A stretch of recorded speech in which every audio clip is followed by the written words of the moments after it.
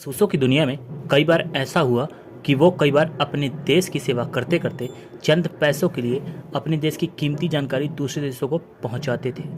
देश से गद्दारी करते करते कुछ समय बाद वो पकड़ में आ जाते हैं। आज ऐसे ही एक गद्दार की बात करने जा रहा हूं, जिसको पकड़ने के लिए जो टीम बनाई गई उसको वो खुद ही लीड कर रहा था, लेकिन अंत में वो पकड़ा गया। तो आखिर कैसे पकड़ा गया वो आइए जानते हैं आज के इस वीडियो में। बात है 1978 की। अमेरिका के वॉशिंगटन डीसी में सोवियत यूनियन मतलब आज का रसिया अपना दूतावास एम्बेसी बनाना चाहता था। सोवियत ने अमेरिका को यह बताया कि आप वॉशिंगटन में जहां भी आपको सही लगे वहां हमको ज़मीन दे दें जहां हम अपना दूतावास बना सकें। अमेरिका ने ज़मीन दे दी, लेकिन साथ ही अमेरिका ने एक प्लान बनाया। इस एम्बेसी की बिल्डिंग के नीचे एक सुरंग बनाओ जिसमें टेक्नोलॉजी के माध्यम से दूतावास में क्या बातें होती हैं हम सुन पाएंगे। सुरंग बनाने में लंबा समय लगा। अमेरिका ने करोड़ों रुपए फूंक दिए, लेकिन वहां से उन्हें कोई खुफिया जानकारी नहीं मिल रही थी। वो बिल्कुल नॉर्मल बातें कर रहे थे। अमेरिका को शक हुआ कि इनको सुरंग के बारे में पता है। अगर इन्हें पता ना होता तो ये कुछ सीक्रेट इन्फॉर्मेशन भी शेयर करते, लेकिन अगर ऐसा नहीं हो रहा है इसका मतलब किसी ने इनको इन्फॉर्म कर दिया है और वो हमारे बीच का ही है। अभी ऐसी गद्दार तलाश कर रहे थे, उसी दौरान सीआईए को खबर मिलती है कि केजीबी ने अपने तीनों जासूसों को गद्दारी के लिए पकड़ा है। सीआईए को पता चलता है कि वो तीनों केजीबी की सीक्रेट इन्फॉर्मेशन सीआईए के साथ शेयर कर रहे थे। अभी सुरंग वाला मामला निपटा नहीं, एक और नया केस आ गया। सीआईए को बिल्कुल क्लियर हो गया कि गद्दार हम में से कोई है, क्योंकि पकड़े गए तीनों जासूसों को सीआईए फंड कर रही थी। क्योंकि गद्दार पकड़े जाते हैं तो एक पकड़ा जाता है या दो, लेकिन तीनों एक साथ एक ही दिन। इस बात ने इनके शक को सच्चाई में बदल दिया। इसका मतलब बिल्कुल साफ है, कोई न कोई गद्दारी कर रहा है। सीआईए ने अपनी तलाश तेज कर दी। इसी दौरान सीआईए को खबर लगी कि अमेरिका का ही एक गवर्नमेंट एम्प्लॉय फेलिक्स फैक जो केजीबी को सीक्रेट इन्फॉर्मेशन पहुंचा रहा है। सीआईए ने जैसे ही उस पर नज़र रखनी शुरू की, केजीबी ने फेलिक्स को इन्फॉर्म कर दिया कि सीआईए तुम पे नज़र रख रही है, इसलिए अब तुम कोई भी मूवमेंट मत करना और हम भी तुमसे कोई कम्युनिकेशन नहीं करेंगे। फेलिक्स को खबर लगते ही उसने सारे सबूत मिटा दिए जिससे वो फंस सकता था। इसी दौरान सीआईए को अपना एक जासूस हाथ लगा जिसके पास से बहुत सारा पैसा बरामद हुआ, पर वो गद्दारी कर रहा था ऐसा कुछ सबूत नहीं मिला। सीआईए जहां भी हाथ मार रही थी उसे निराशा ही हाथ लग रही थी। 1994 में सीआईए और एफबीआई ने मिलकर एक जॉइंट ऑपरेशन शुरू किया जिसका नाम था ऑपरेशन ग्रे सूट। इस पूरे ऑपरेशन में अलग अलग समय में तकरीबन 300 लोगों ने काम किया। इन्होंने गद्दार की तलाश तेज कर दी। इनको कुछ लोगों पे शक भी हुआ, लेकिन जांच में कुछ भी हाथ नहीं लगा।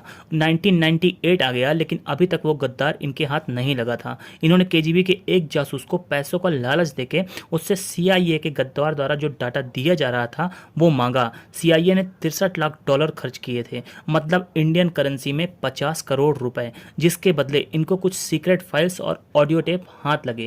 लेकिन उसको भी ट्रैक करने के बाद इनको कुछ खास नहीं मिला।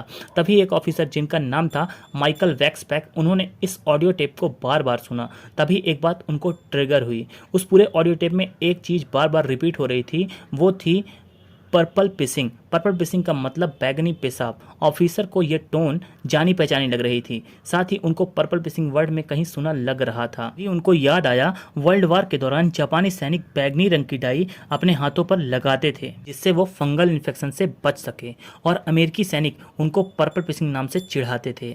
माइकल को वो आवाज़ बार बार सुनने के बाद क्लियर हो गई कि ये आवाज़ किसकी है। वो आवाज़ एफबीआई के सीनियर ऑफिसर रॉबर्ट हैंसन की थी। ये पता होने के बाद पूरी टीम शॉक हो गई, क्योंकि इस पूरे ऑपरेशन को लीड रॉबर्ट ही कर रहे थे। लेकिन अभी उनके पास रॉबर्ट के खिलाफ कोई सबूत नहीं था। माइकल ने सीनियर ऑफिसर को इन्फॉर्म किया। उन्होंने रॉबर्ट को प्रमोट करके दूसरा डिपार्टमेंट दे दिया, जहां पर रॉबर्ट को सिर्फ नॉर्मल वर्क मिला था, उसे कोई खास इन्फॉर्मेशन नहीं मिल रही थी। साथ ही रॉबर्ट साथ एक नया स्टाफ रख दिया जो रॉबर्ट पर नज़र रख सके। रॉबर्ट को भी कुछ गड़बड़ लगी। उसने केजीबी को बताया कि मुझे दूसरा डिपार्टमेंट दे दिया गया है जहां पर ज़्यादा सीक्रेट इन्फो मुझको नहीं मिल रही है। रॉबर्ट के ऊपर सबकी नज़र थी। एक दिन रॉबर्ट एक रोड के किनारे एक पोल पर वाइट टेप चिपकाता है। बाकी ऑफिसर रॉबर्ट पर नज़र रखे हुए थे, पर अभी वो उसको पकड़ नहीं सकते थे क्योंकि ये सबूत काफ़ी नहीं था। ऑफिसर लगातार उस रोड पर नज़र रख रहे थे, लेकिन इस तरह की किसी की नज़र में ना आए। अगले दिन रॉबर्ट एक बैग साथ में लेके आता है और पोल पर टांग देता है। पीछे मुड़ते ही सारे ऑफिसर उसके सामने खड़े होते हैं। रॉबर्ट कहता है, मुझे पकड़ने में तुम्हें 20 साल लग गए।